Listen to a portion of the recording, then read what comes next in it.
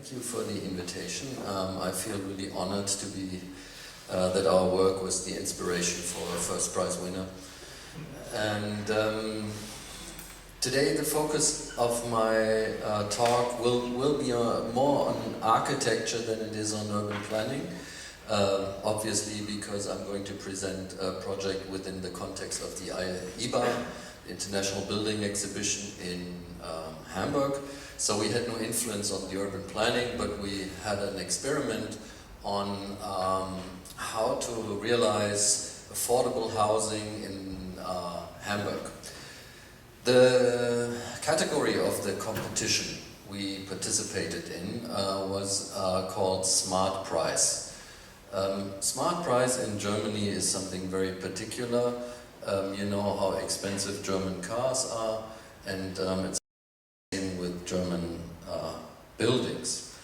And so we were asked to design or to develop a concept of how to realize housing with building costs of less than 1,000 euro per square meter. I know when you look at this globally, this is an amazing amount of money, but as you know,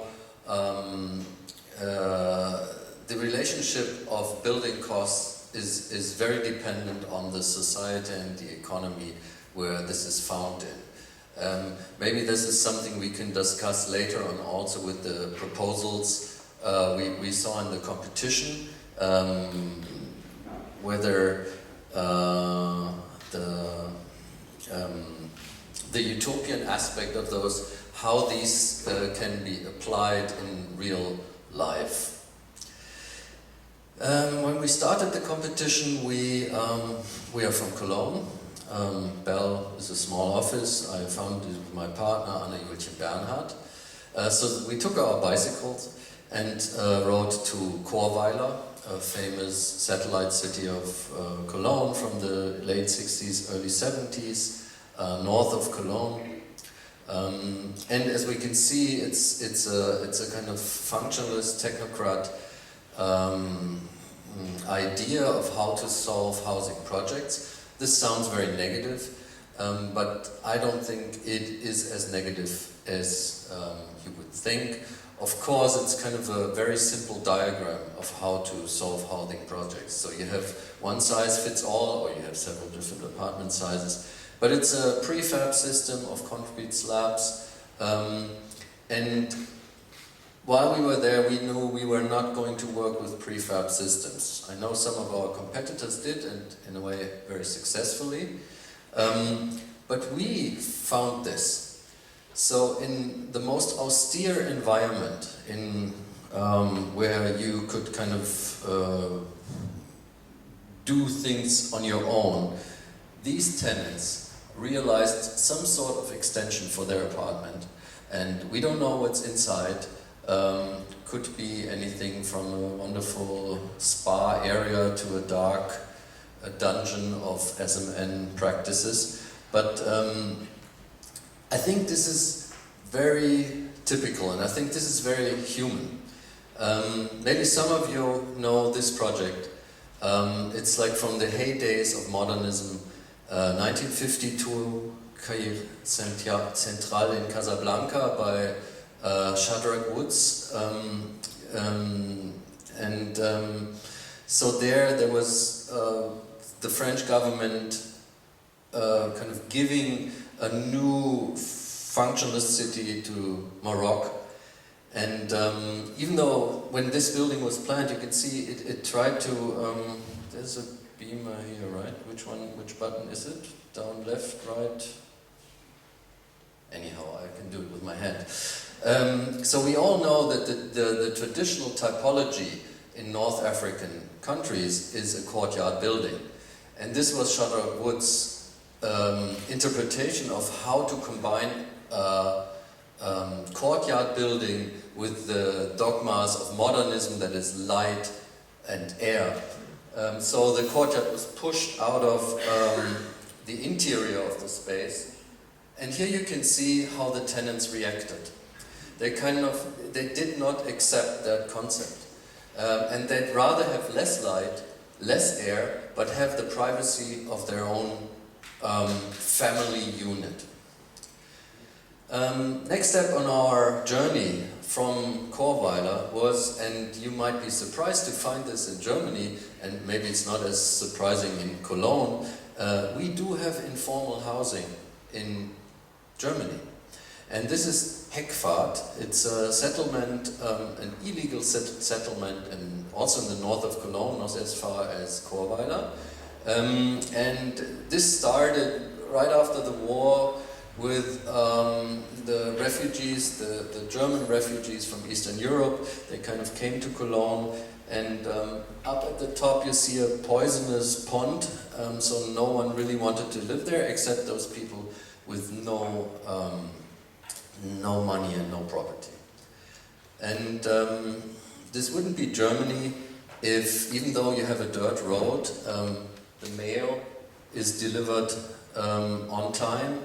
And nowadays, I mean, this has been going on for almost 60 years, so everyone is hooked up to electricity now, and things sometimes are very tidy. You have windmills and wonderful gardens, you have craftsmanship, beautiful huts, you have dreams of exotic destinations. And you have some sort of ingenuity that I really admire. So this was not done by an architect, but look at the beauty and the efficiency of this construction. It's a garage shed, all found objects. It has flushing details, it's super light. We could argue about the ornament in the gate, but it's everything you need. And I know it's hard for architects to accept that they're not needed.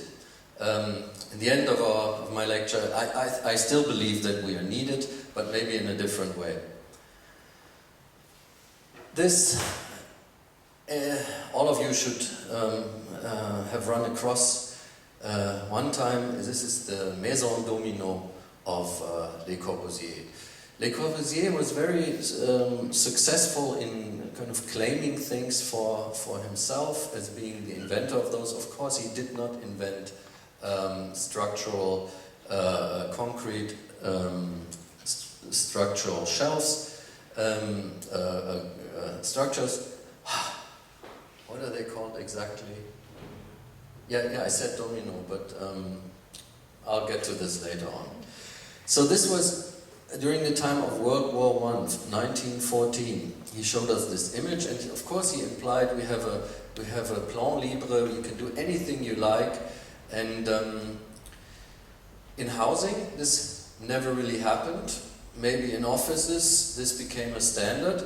But what really became a standard was the clandestine, informal housing around the globe in the warmer climates.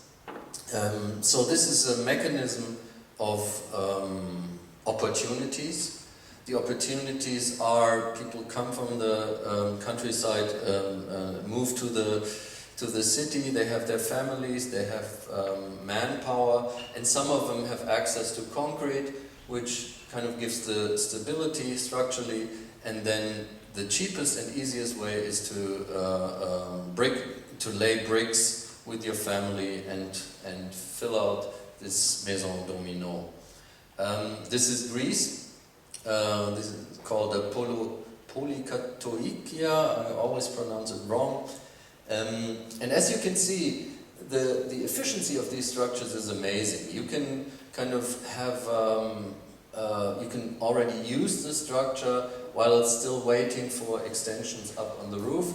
But be careful, what you see at the top, you see the rebars of how to even further extend that structure. That is not meant to be extended, but this is for tax reasons. So it will be an eternal construction site and you don't have to pay taxes. I know it's not the time to pick on the Greek, but it's also very inventive. So here we can see the world divided into different zones of insulation. This is what we did with this diagram. Unfortunately, we are at the very top. So even like when we entered the competition, we thought we could use insulated concrete, a Swiss material, in a way expensive, but that would allow a building with no detail whatsoever. But our regulations are beyond the kind of moderate climate zone where you could use this, and so we had to come up with a different installation. As you can see, the belt in the middle is where you don't need any insulation at all. And so why do I talk about insulation? As you can see, our idea was to reuse the domino system and kind of make a fat version of it according to German regulations. So it will be insulated, but it will still be an open grid system, so things could happen independently from each other. This is why we call our project Grundbau und Siedler. So the fat skeleton is Grundbau, and Siedler is the infill that can be done individually. So where is the IBA in Hamburg? It's on the Elbe, the River Elbe island Wilhelmsburg. It's the poorest district of Hamburg. It's also the biggest. It's coined by infrastructure. It's very close to the harbor. We have Chorweiler-like structures from the 70s. But be careful, this is not an original drawing. This, of course, is Märkisches Viertel by Oswald Matthias Ungers. And this allotment house hut is by Heinrich Tessenow. And so there were allotments, swamp, and what you nowadays call Neue Mitte Wilhelmsburg was a very romantic but remote area within a very close vicinity to the city center. It's only 10 minutes by train to the main station. So our project is the red one. The other ones are also smart price, and then we have hybrid houses, and we have water houses, and we have smart materials.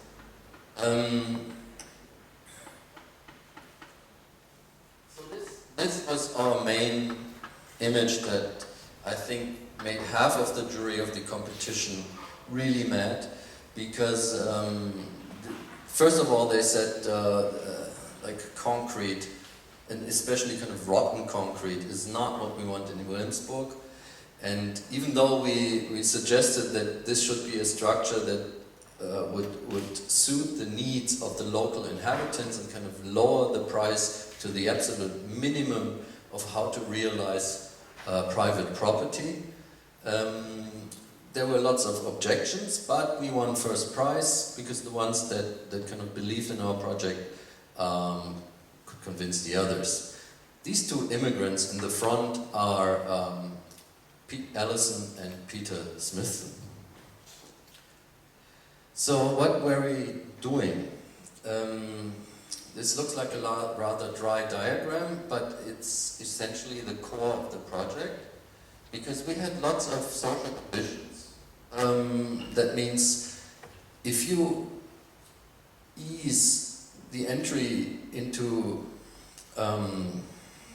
possessing your own apartment, I think this is a very important.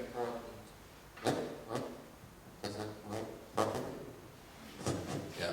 So this is a very important part of society, and it kind of stabilizes society. And it's interesting, when we started this project, no one really talked about social issues in Germany. That was 3 years ago, and as you know now, like it's election time, so everyone is talking about this. We were forced in Hamburg to use the concept of private-public partnership. So we won the competition, and then the IBA told us, well, go find an investor. And So there was no one from the municipality that would invest into this project. They helped us a little bit of kind of getting investors together with the designers, and so it became a market-driven project. That means we found an investor, and of course he doesn't want to give away money, but we could convince him that developing a very cheap product would make him, would create a business for him, but also would create an opportunity for people to acquire a really cheap project. So even though with the prototype the project is not as has not been really realized according to this diagram, we have the Grundbau, which is produced by the investor. He teams up with a do-it-yourself superstore and with industry partners for the material, and the settler buys a lot and buys a set of materials from this team, basically from the do-it-yourself superstore. Regarding the loan, this is something that we did not realize as much as we wanted to. If you buy a sauna from a do-it-yourself superstore, you can get up to 10,000 euro of loan. The material supply for an average unit in our building was only 27,000 euro. So we thought the do-it-yourself superstore could give that loan. In reality that did not happen, but what happened was the investor helped the settlers immensely to get a loan from a bank, which is very difficult nowadays in Germany. The investor also developed something that we did not think of, and he said we could also apply this project to tenants. That means people who don't buy, but who just put in their labor and get a 1 year lease-free right of living there. So this became our maison domino. We have kind of a weird positioning of the columns, and this has to do with the floor plan system that we developed. We have a minimized core, which is on the inside, so we have a maximum of facade exposure. And this is the most important thing. These are the service cores for sewage, fresh water and heating. And the position is absolutely crucial in order to create a maximum of possibilities. So as you can see, red is what the settler does and black is what the investor supplies. As you can see, everyone is responsible for his own installation. This is kind of redundant installation, but it is necessary if there is a process of selling the lots or developing the lots in time. So you could move into your lot without your neighbor being ready if you have that system of installation. If you all agree on the same day of starting your construction, you don't need that installation, and you have an extra floor height that then gives you a 2.9 meter floor. The ground floor comprises of the lobby, which is it's a small space, and we have parking that was not only parking. We had lots of ambitions about that open public space, and we added the kind of storage basement spaces next to the parking, which was an open parking but has a very light metal door. So we wanted this to be kind of a workshop space where the settlers not only during construction sites stored their tools and materials, but would use this as a kind of communal space where that you would get out your barbecue and do something with your neighbors. And surprisingly, you would think with a low-cost project, I'm showing you Schloss Bernhardt, the Bernhardt Palace in Düsseldorf by Piaget. And why I'm showing this is because we do a lot of studies on typologies. And what we like about Rococo typologies is they are circulation-free typologies. So it's an open system. You can do whatever you want in these different spaces. It's a set of different size of spaces, and it's a kind of an excess of connections of spaces, links. So you close that door, you make this to a corridor, and this can become a bedroom. But you can do it the other way around as well. So it's a kind of infinite enfilade. And this is what we suggested to the settlers. It's our enfilade system. So, and this is why the cores are so important. When you look at this core, it's always on the intersection of spaces, so you can determine this could be a gigantic bathroom, this could be an open kitchen. It has easy access to all the installations. And of course the loggias can also be determined wherever you want them. You can make your loggia. When you look at the surrounding balcony, it's not only a balcony, but it's kind of a permanent scaffolding. So the building, once the settlers start, has no scaffolding. It's it's built in the concrete, and you can erect your walls from there. And of course, once it's finished, you have a gigantic, a very narrow but a gigantic balcony. This was also still in the competition phase. As you can see, we didn't even have an elevator there to save money, and there was kind of south-facing common balcony. But what is important with this model is you just take your furniture and you try out which configuration you would like. Before the lots were even sold, we started to have workshops with the settlers. So people showed up, they heard about the project, the investor did not promote that. He had no advertisements or anything. It was just by mouth to ear, mouth to mouth propaganda. Huh? Word by mouth. Yeah, mouth to mouth Beatmung. So this is me with some of the first settlers, and they could determine which floor plan they liked, how big it was, and then later on decide to buy it. Of course, we have lots of regulations in Germany, and we have ENEF, and so we had to start that process early to kind of hand in for the permit. But we had a very good arrangement with the city of Hamburg. We had a kind of a standard permit, and for any alteration we could hand in these subtle changes.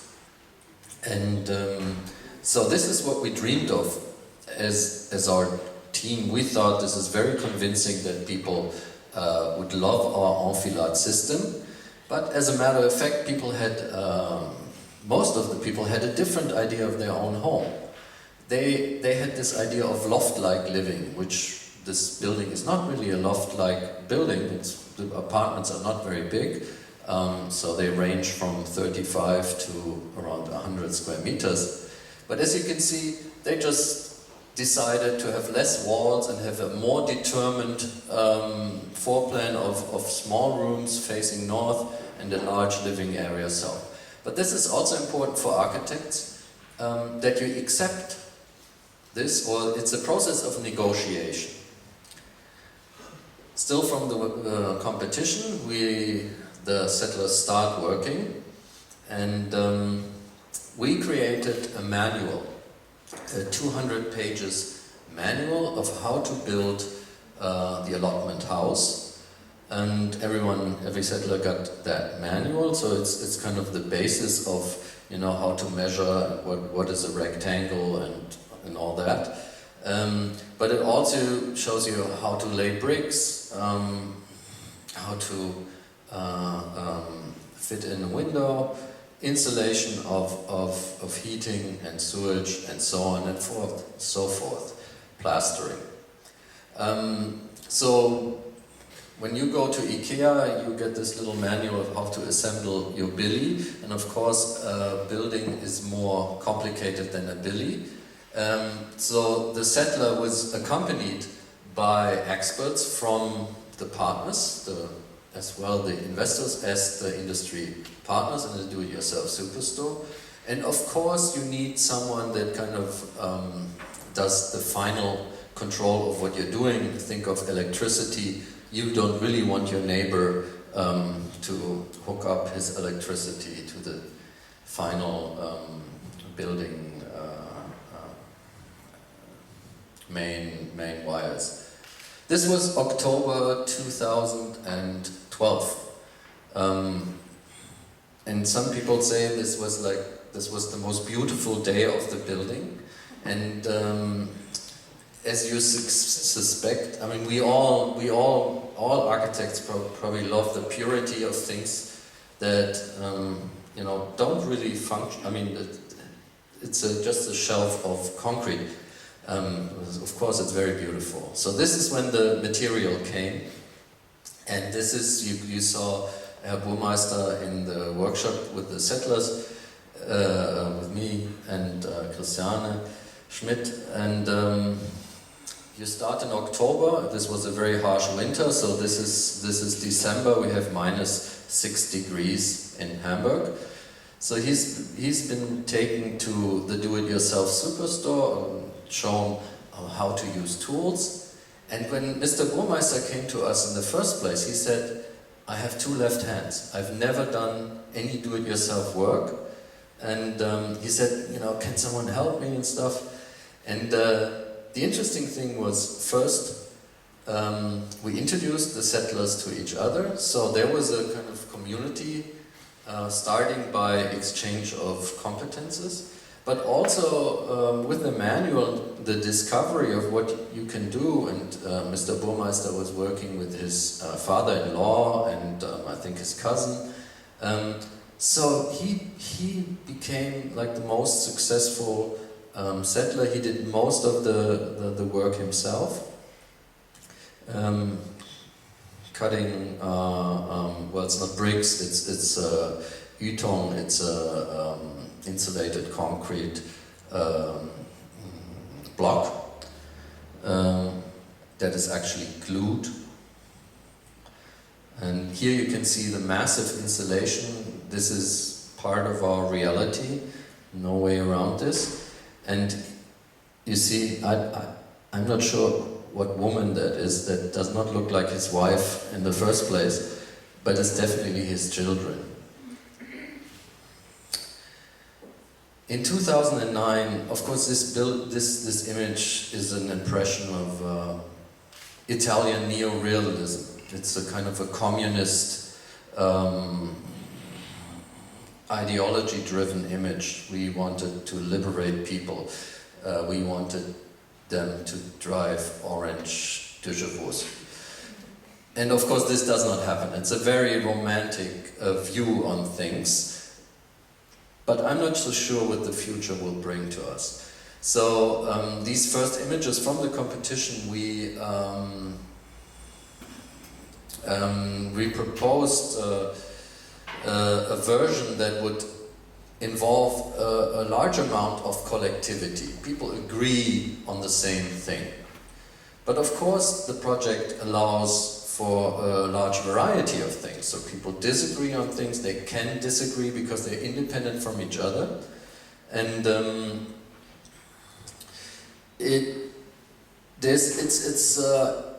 here we enter the field of aesthetics in the kind of the field of social interaction. Because you could say no one would care whatever I do, because, you know, I'm a free person. This is a society of freedom. But of course it's not. And we travel a lot, and we do a lot of research on informal buildings. So this is a building we found on Sardinia. And in Sardinia, no one really cares. Well, they care what it looks like, but buildings have looked like this for almost 2,000 years. Just the set of materials has changed a bit. And this is the noble city of Milan.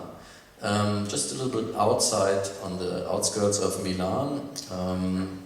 What I like about this building is, of course it's an ugly duck, but it's a living and working space. So this very tall floor, a ground floor with a mezzanine floor, allows for an abundance of functions to live in. Then we discovered this city in Sicily. The city is called Gela.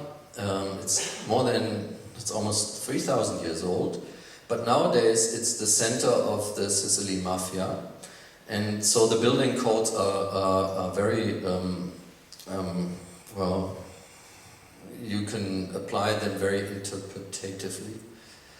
And you drive through that city and you see very strange urban fabrics, but still there seems to be a certain order of things, and you can imagine you know, how a city works if it's run by the mafia. But we were intrigued by the fact, oh sorry, this is also Sardinia. This is just an example of exterior elevation that's kind of slipped into the presentation. But what we were intrigued with was kind of the degree of coordination of things. So this became the typical Gela building. People agreed on the fact that 5 floors would be great, that these balconies would be great, and actually, I mean, we found this after we started the project, so we were disappointed that in Gela they developed this permanent scaffold before we did. Live-in workspace, and there's someone with lots of money, and suddenly you have a Hafen City building in the middle of a mafia town. This is my favorite. So for the longest time of that project, we did not know what it's going to look like. I presented it many times to the people involved. Jörg Walter was very eager to get kind of a wild dog. He said this would be great if people would just go wild and do whatever they like. So we said, yeah, they can do that if they want to, and if it applies to fire reasons. And then, well, of course, you can see the floor plans were different, the loggias ended up in different places, but people asked us in the workshop, they said, we don't want to live in a wild building. We want to live in a straight building, because we don't, you know, it's not there, this is not Sicily, and people have kind of an ambition to be kind of citizens and not to stand out, which is disappointing if you have kind of an aesthetic preoccupation with wildness. One thing we tried, and I think it's a complete failure, was then the investor said this cannot be possible, so try to stimulate them. And we said, all right, we take the colors of the company, of our sponsors, or the people who work within this project, so this is Eton. And then everyone could pick a color and start painting the building. And we do think at this stage, it's ridiculous. And so our next step is to kind of start the next workshop where we as architects would say, you know, that this can't be it, right? You have to appropriate your own facade and start living with this. So we showed some images. We are going to introduce Spalier, I have no idea what that's called in English, a wooden grid where vegetation can grow. There's already hooks for different things to hang on. So we will see soon. And I want to have a quick outlook. How much more time do I have? 30 more minutes. Oh, okay, it's fine. So what is the relevance of this project?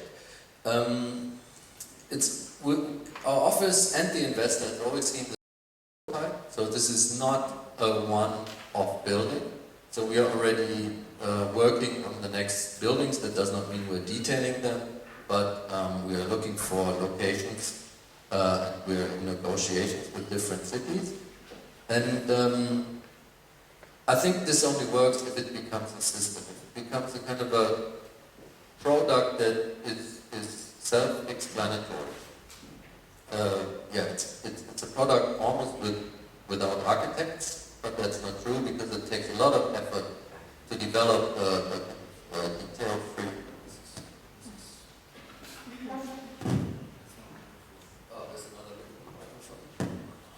Yeah, I take that.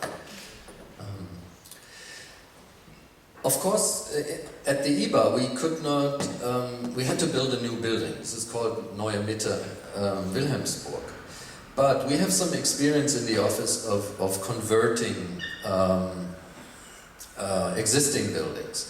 And here in Europe we have an amazing stock of buildings that some are dysfunctional or are going to be dysfunctional within the next 10 or 20 years. We have a lot of office space, we have industrial space, and so this project we realized in 2006, which is a former department store close to Aachen in Eschweiler. It was in a very sad state. The 3 upper floors were abandoned for more than 20 years, as you know, with a lot of retail spaces where they don't need the upper floors. And when you look at our finished project, it doesn't really look that much different, and this was actually a large intention, that we thought this is a perfect facade, we don't need to change it. We just very modestly insulated it, new windows and so on and so forth. But on the inside, we changed the building quite dramatically. We cut holes in it. So here you can see the grid of the building.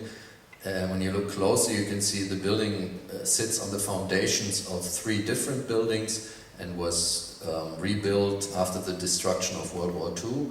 So building 1 on the left, middle, and the 3rd one. But it's still a wonderful open grid system. And we introduced elderly, handicapped, elderly apartments. Well, sort of a universal design. It's not only for the elderly, but it turned out to be that there was a senior citizen home that rented the entire building. What was important was that we had courtyards in the building, so you would get fresh ventilation and a protected space on the inside. And this was actually a very cheap project. And again, to our travels, this is Sao Paulo, very close to the city center market, and it's a vertical favela. You've probably run across Torre David that Alfredo Brillemburg and Think Tank have worked on, and they got the Golden Lion at the Venice Biennale. So as soon as a building is empty in a city like Sao Paulo, people move in, and you don't see much from the outside, and of course the conditions on the inside are somewhat horrible, but the phenomenon is very interesting. And regarding the question of what is a efficient and a good base structure for developing a self-empowerment, self-built project, we looked back into the past, and especially into projects that were kind of absolute architecture, kind of paternalistic architecture. So this is Ferdinando Fuga in Naples. It's Albergo di Poveri. So it's the king that gives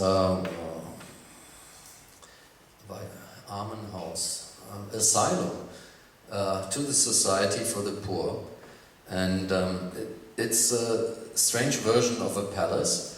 And of course, this is you know, there's no degree of freedom at all in that system. But interesting enough, because the system is so neutral, it could be reinterpreted as a kind of base and infill structure. It's still empty in parts, and well, I'll go on to the other projects. That was built in 1760 around. Paris, another asylum building, Hospital Saint-Louis, 1609.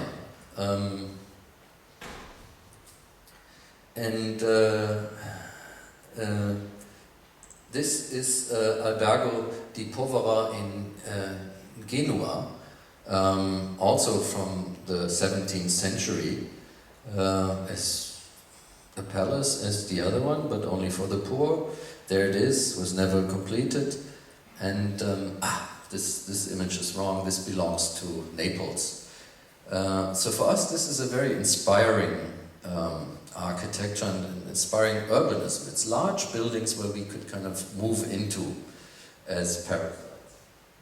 Hôtel Dieu, an important competition just on the brink of the French Revolution, 1774. We see something that reminds you of a panopticon system of jails and things that you might not think are positive. But I think it's a question of how you interpret these absolute systems. And of course, if you run across absolute typologies, you need to look at Durand, and this is almost an infinite system. Prora, Clemensklotz on Rügen from the 1930s, National Socialism. The endless building, this is a linear city. Still, I mean, parts of it has been converted to youth hostel by Kempetil, but it's still awaiting more housing inside. Of course, this is a very particular location on Rügen. It's tourism. And this is also a very particular location, and but it could be a model for cheaper locations. This is Chelsea, you see right in front, that was converted to the High Line by Della Scofidio, but I would like to point your attention to that Starrett Lehigh building. It's like the ultimate huge, it's like a mountain of building mass. It's the ultimate neutral building. Of course, it has an amazing depth. You could drive with trucks into that building, and a perfect rectangular grid and an open grid structure. Lingotto at Torino, same thing. Industrial buildings can suit quite well for settler projects. And here, as you can notice, there's also a need for conversion projects in China already. I started a collaboration with the Chongqing University. Chongqing is almost as a fast-growing city as Shenzhen is. It's in its community limits. It has 32 million inhabitants. The city core has about 12 million inhabitants. And what we see, what happens in China is not very much different. I mean, we all know that from what happened here 100 years ago, and of course it's different because it's 100 years later, and we don't really have those paternalistic